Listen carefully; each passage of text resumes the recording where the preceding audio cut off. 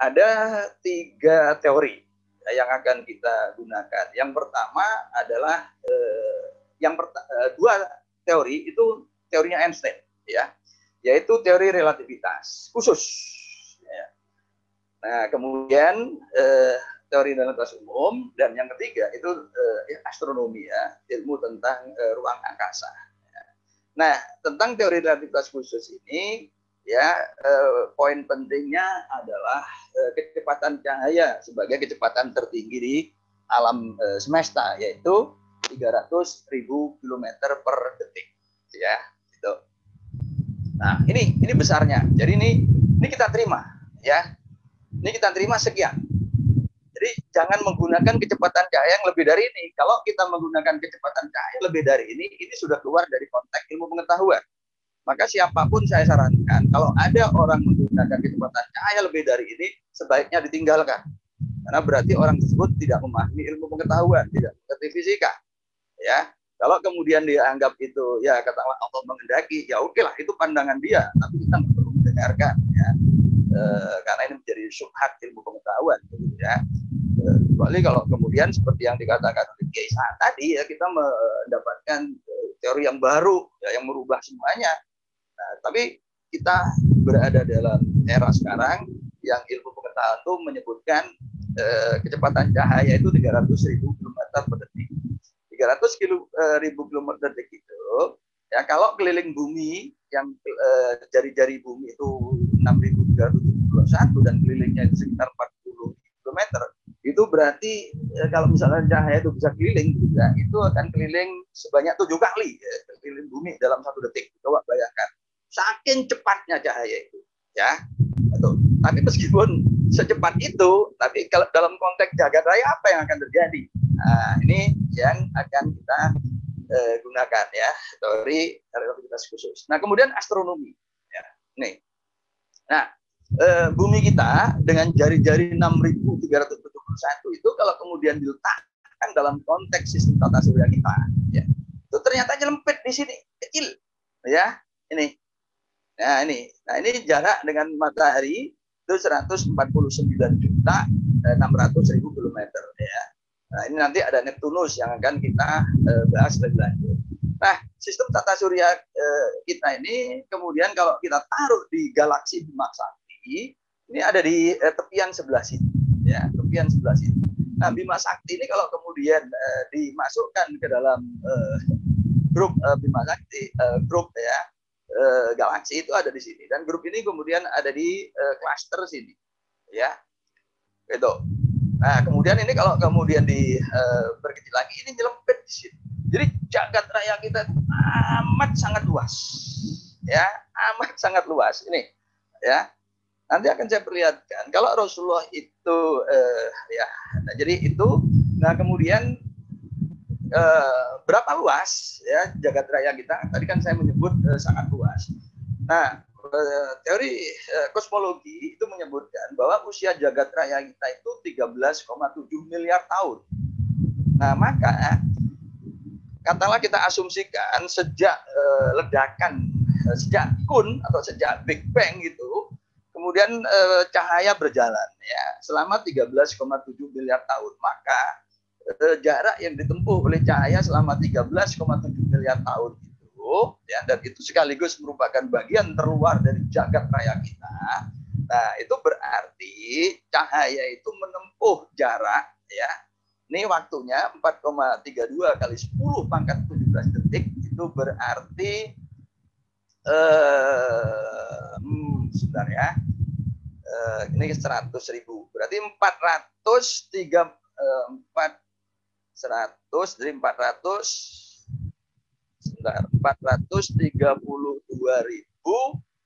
triliun detik, ya. Kemudian dikalikan cahaya, ya, yang kecepatannya adalah 300.000 km per detik, maka jari-jari jagat raya ini, ya, nih. Jadi ini triliun, ini miliar, jadi ya 129.612.960.000 triliun kilometer, ya. Saya hanya ingin menyebut saja nih, nggak bisa kita bayangkan, gitu, ya.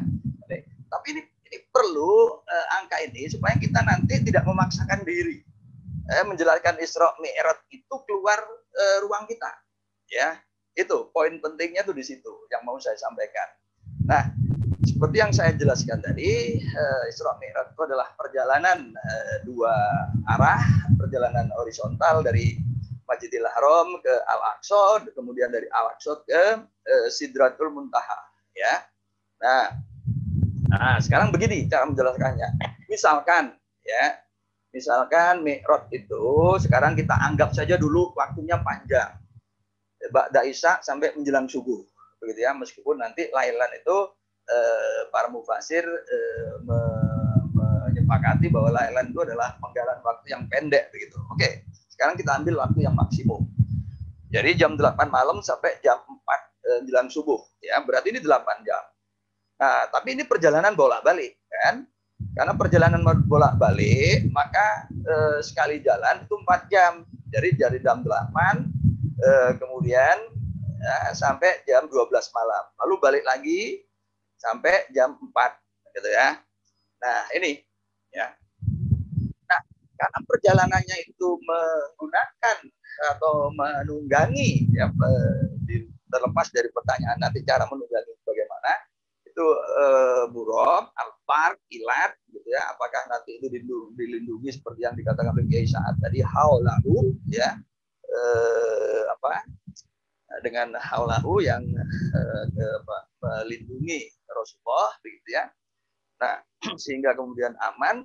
Tetapi yang poin penting yang mau saya sampaikan, kalau ya Isra maupun Mi'raj itu kita jelaskan dengan perjalanan di dalam ruang ini, ya, di dalam ruang tempat kita tinggal ini, maka dalam waktu 4 jam, karena 1 jam itu 60 menit, 1 menit itu 60 detik, 1 detik itu 300.000 kilometer, maka dalam 4 jam Rasulullah itu menempuh jarak 4.320 juta kilometer.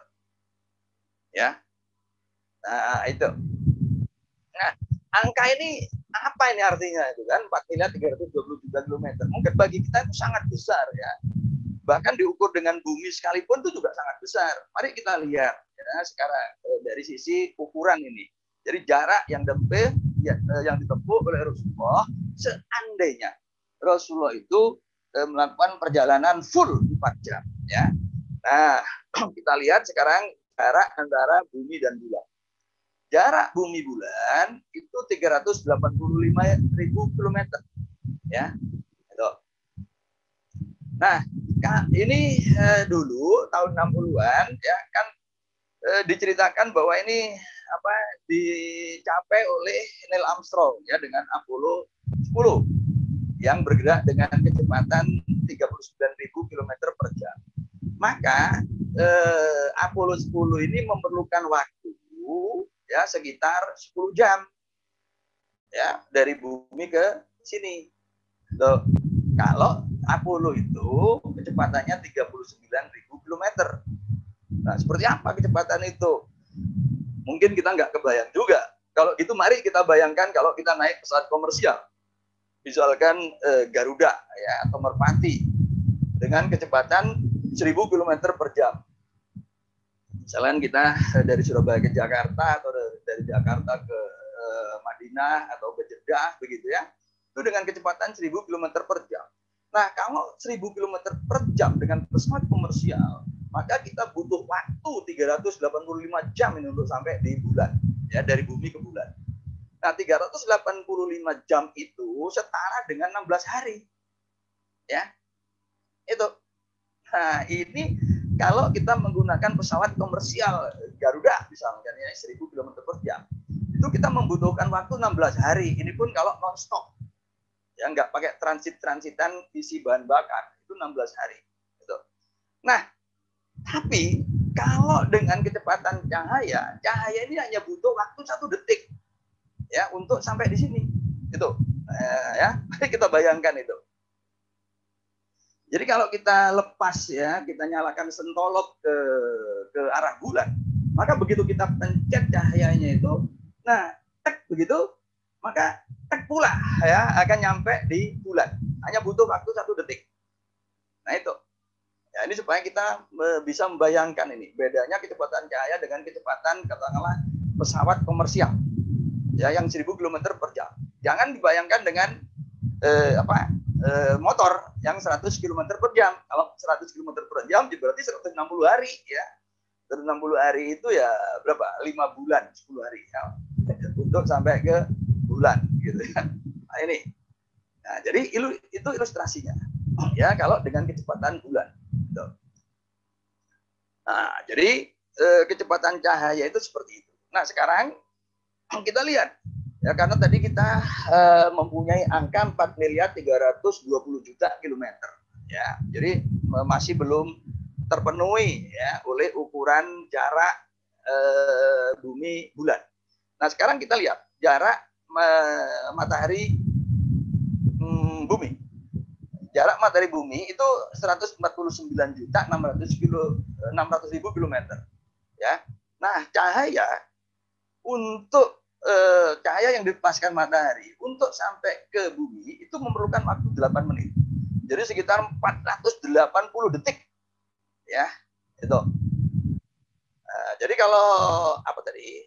Pesawat komersial berarti 480 kali 16 hari tadi ya, itu berapa tahun itu kan ya. Nah, itu. Nah, ini matahari bumi. Nah, sedangkan bumi Neptunus itu 4.335.000.000 kilometer. Jadi, angka ini masih lebih besar dari jarak yang ditempuh oleh cahaya selama 4 jam ya, selama 4 jam. Artinya apa? Rasulullah itu seandainya bergerak dengan kecepatan cahaya sekalipun ya di ruang dunia kita ini ya, di ruang atau di alam kita ini, maka Rasulullah itu belum keluar dari sistem tata surya kita ya, belum mencapai Neptunus, apalagi kemudian keluar dari galaksi kita, apalagi kemudian mencapai galaksi lain, belum ya, nggak bisa itu kalau dijelaskan dengan kecepatan cahaya. Ya, itu kalau dijelaskan dengan teorinya Einstein yang pertama, kecepatan cahaya, apa relativitas khusus. Jadi dengan kata lain bahwa teori Einstein itu nggak memadai untuk menjelaskan peristiwa Mi'raj, begitu ya, karena Rasulullah itu belum keluar sistem tata surya kita yang tempatnya tadi itu dilempit, ya, di bagian agak minggir dari galaksi Bima Sakti, itu loh ya. Apalagi kok kemudian keluar dari Bima Sakti, belum, ya, belum, nggak bisa begitu. Nah, jadi poinnya relativitas khusus itu nggak bisa ya menjelaskan perjalanan. Belum lagi begini, ya. Misalkan bumi, ya, misalkan bumi kan kita terima bahwa konsep bumi itu bundar. Nah, misalkan sekarang ini kan malam ya, kita menyelenggarakan perayaan Isra Mi'raj. Bisa jadi komunitas Muslim di Amerika yang saat ini itu siang itu juga menyelenggarakan peringatan Isra Mi'raj, ya. Sehingga kalau yang di Indonesia itu malam mengatakan menuju ke langit, jadi kalau tadi kita bayangkan perjalanannya itu langit dunia, ya, seperti yang kita bayangkan sekarang ini, maka ini pergi ke sini. Tapi yang di Amerika itu akan menunjuk ke sana. Nah, kan nggak sinkron ini, ya. Itu kalau kita jelaskan menunjuk ke ruang angkasa langit sana, nun jauh di sana, ya. Nah, kita bisa menunjuk ke atas, tapi nggak usah jauh-jauh. Nah, bagaimana nanti saya jelaskan lebih lanjut, ya. Nah, jadi kemudian yang tidak kalah pentingnya kejadian itu berlangsung pada malam hari, ya. Nah, kalau malam hari itu berarti Al-Aqsa itu di sini. Ya, Masjidil Aqsa itu di sini. Membelakangi matahari, ya, membelakangi matahari. Sehingga kalau kemudian berarti ke atas Mi'raj gitu ya. Kita bayangkan ke atas dulu, berarti dia akan bergerak sini malam hari, itu problem, ya. Dengan kecepatan cahaya misalkan sudah sampai mana terserah, dan nanti waktunya berapa lama terserah, ya. Nah, itu kenapa kok malam hari? Tapi kalau misalkan siang hari, maka Al-Aqsa itu di sini. Ya. Nah, kalau menuju ke langit, katakanlah minimum langit dunia dulu, ya, maka dalam waktu 8 menit Rasulullah itu akan nyampe di permukaan matahari. Ya. Nah, menurut para ilmuwan, temperatur permukaan matahari itu sekitar 6.000 derajat Celcius. Ya. Maka kalau kita kirim kerupuk udang ke sana, maka kerupuk udang itu bukan hanya kemudian melebar sangat lebar, tapi menguap gitu loh ya. Menguap. Itu. Nah, ini saya beri ilustrasi karena kerupuk udang ini sebagai katakanlah perwujudan material gitu. Jadi Rasulullah pun juga akan begitu, akan menguap di sini nih. Jadi artinya hikmahnya adalah kenabian berakhir kalau Mi'raj itu siang hari, ya. Nah, itu diantara hikmahnya begitu. Kenapa kok kemudian dipilih malam hari? Nah, belum lagi kalau bergerak dengan kecepatan cahaya tadi, maka tubuh Rasulullah tadi itu fisiknya akan membesar, ya, dengan kata lain itu akan meledak, gitu ya.